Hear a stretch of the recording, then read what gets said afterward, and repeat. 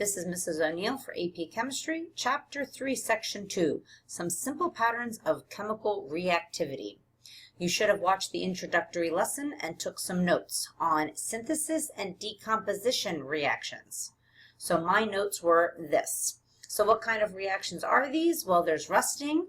Yes, it's called rusting, but really what's going on? He talked about the iron reacting with the oxygen in the air, and then making or forming what's called iron, but it's really iron 3 oxide.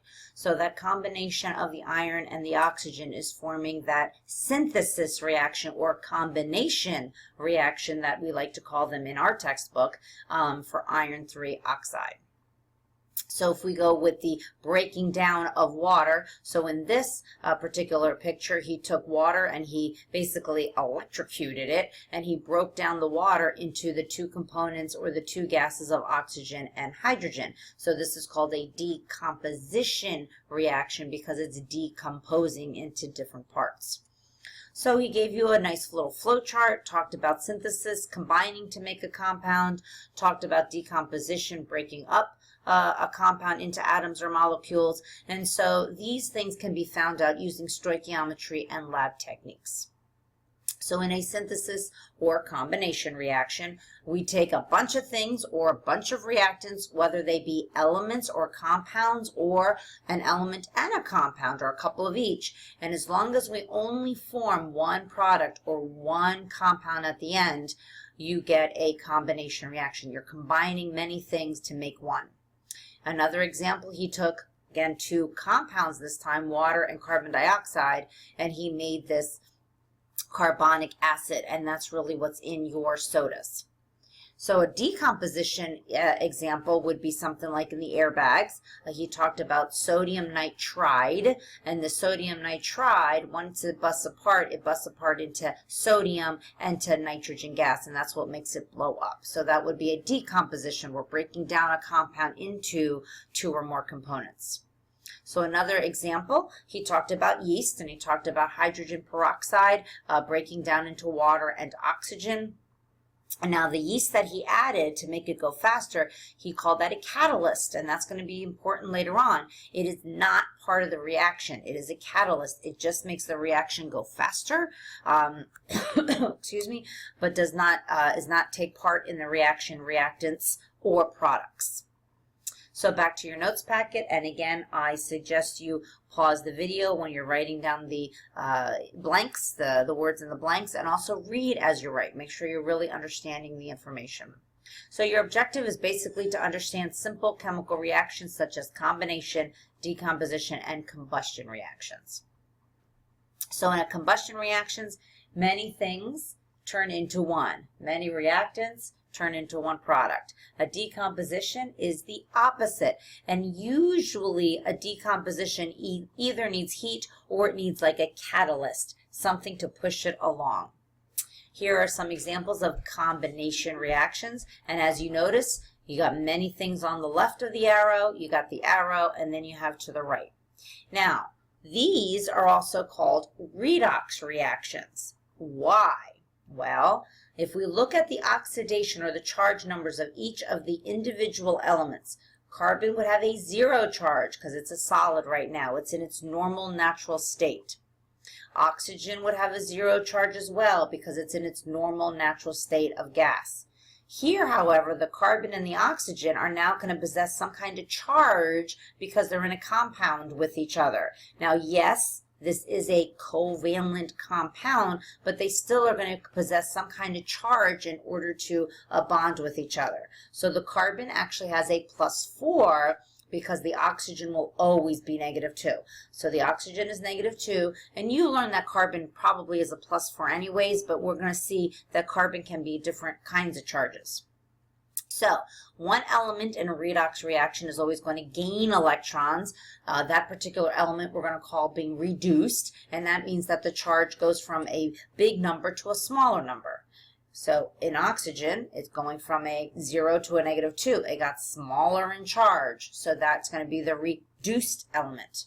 The other element, or at least one other element in the reaction, is going to lose electrons. That means it's going to get oxidized. That means it gets bigger in charge. So if we look at the carbon went from a 0 to a +4. It got bigger in charge. It got oxidized. So you guys learned this as a combination reaction. And in chapter 4, we're going to learn this as a redox reaction. Same kind of reaction, but just looking at it in two different ways.